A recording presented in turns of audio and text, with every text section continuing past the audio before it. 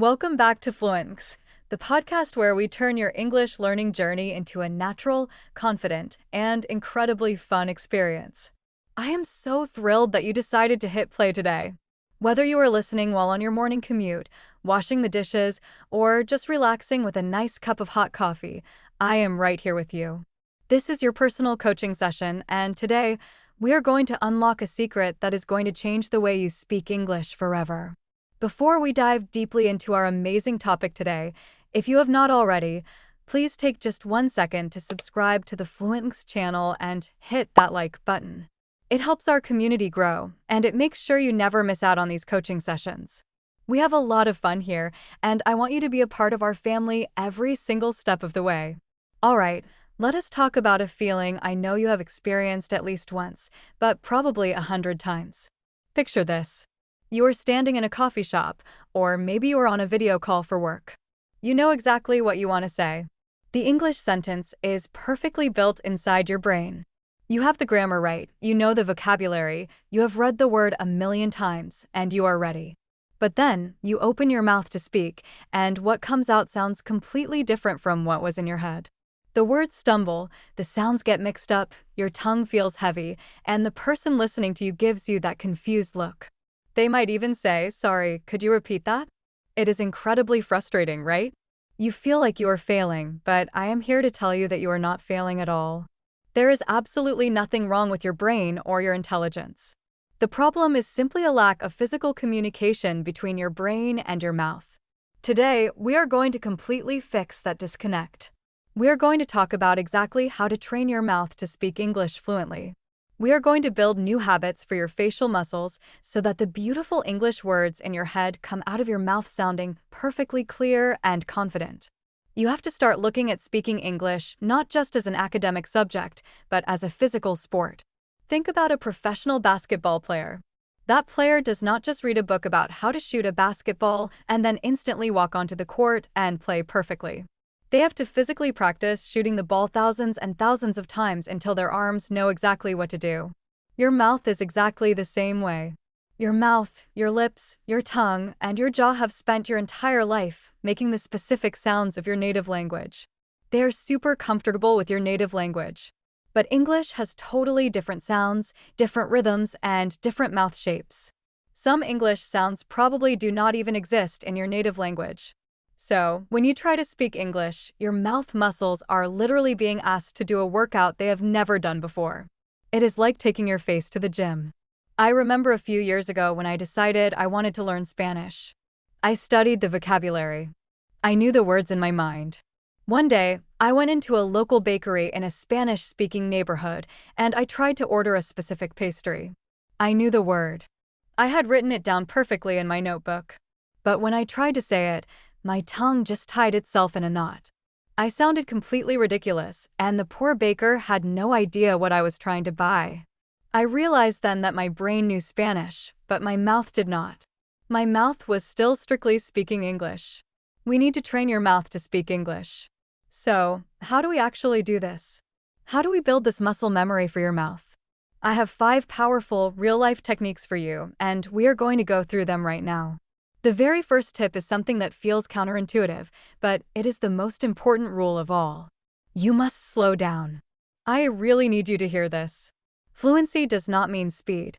So many beginners think that to sound natural, they have to speak incredibly fast. When you are nervous, your natural instinct is to rush and get the sentence over with as quickly as possible. But rushing is the #1 enemy of clear pronunciation.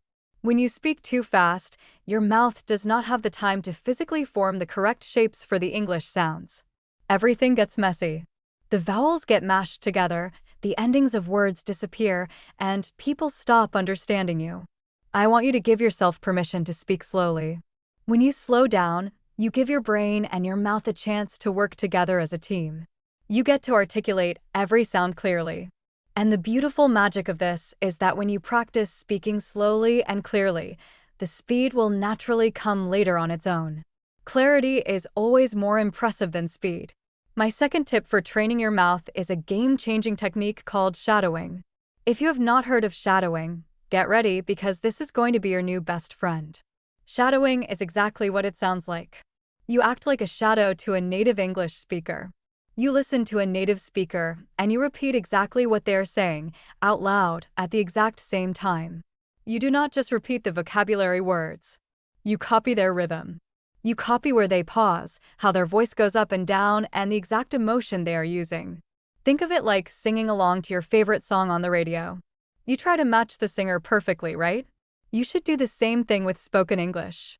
You can use YouTube videos, TV shows, or even this very podcast. Just play a few seconds, listen, and repeat it out loud. And yes, it absolutely must be out loud. Doing it silently in your head does nothing for your mouth muscles. You have to physically make the sounds to get the benefit. This brings us to tip number 3, and it is going to sound a little bit crazy, but trust me, you need to talk to yourself. All the time. When we are learning a language, one of the biggest roadblocks is the fear of being judged by other people. We get nervous that we will make a mistake and someone will laugh at us. But when you are alone, there is zero pressure. No one is listening, no one is judging, and you can make as many mistakes as you want. I want you to start giving a running commentary of your daily life. When you are at home making breakfast, talk out loud in English. Tell yourself exactly what you are doing. Say, I am opening the fridge. I am taking out the eggs. The pan is getting hot now. When you are driving your car, talk about the traffic. Say, look at that red car, it is driving way too fast. It feels silly at first, I promise you it does, but this forces your mouth to move in English every single day. You are building automatic habits without even realizing it. Now for tip number 4. We have to talk about translation.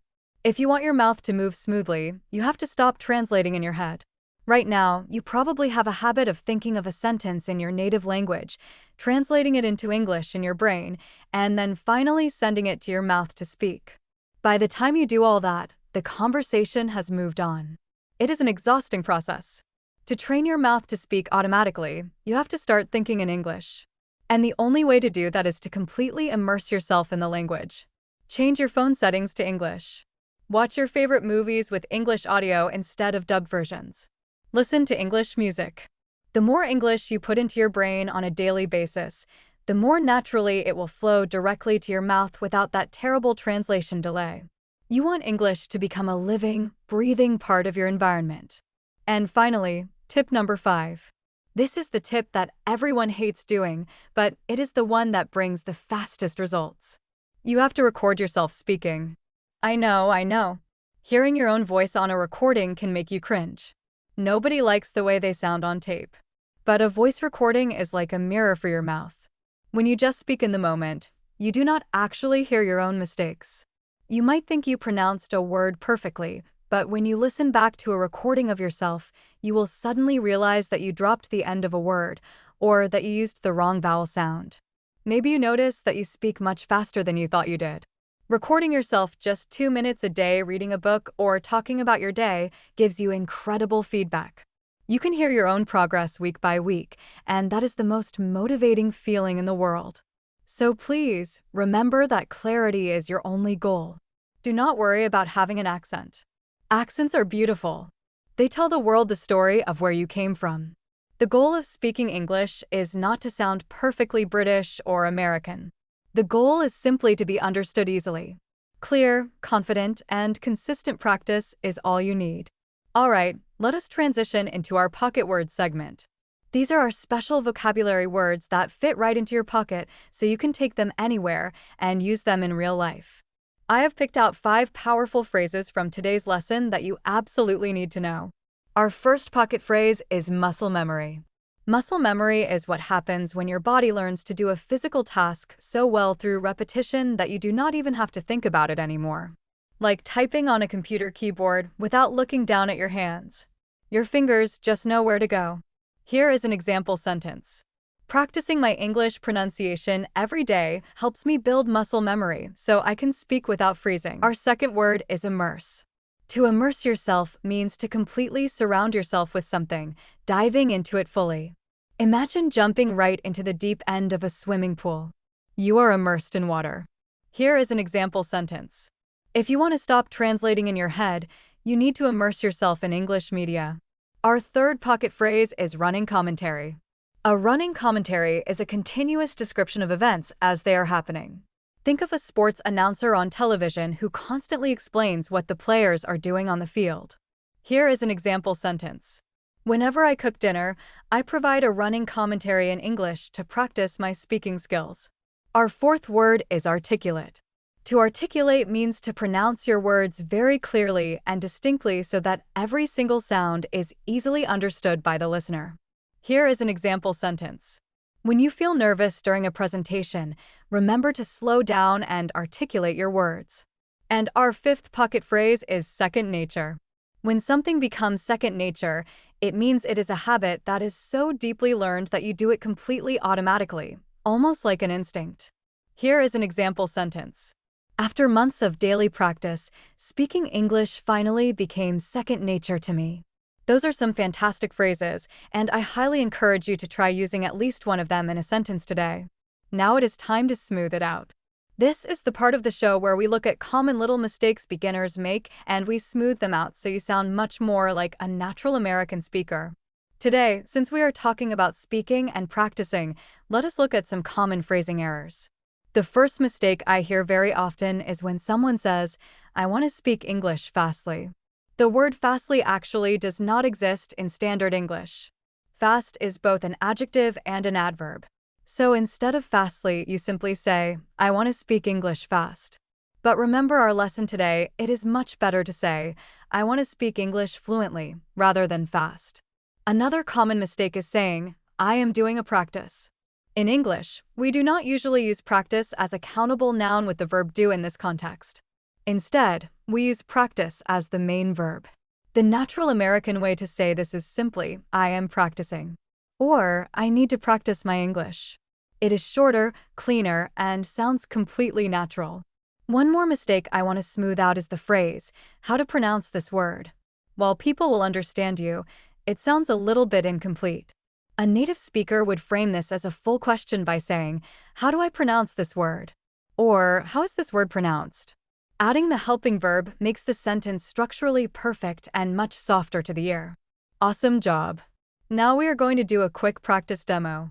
I want to show you exactly how you can practice tip number 3 today, the running commentary. I am going to demonstrate how simple this is. Imagine I am just sitting at my desk right now, taking a small break. Here is what I would say out loud to myself. Okay, I have been working for 2 hours and my eyes are a little tired.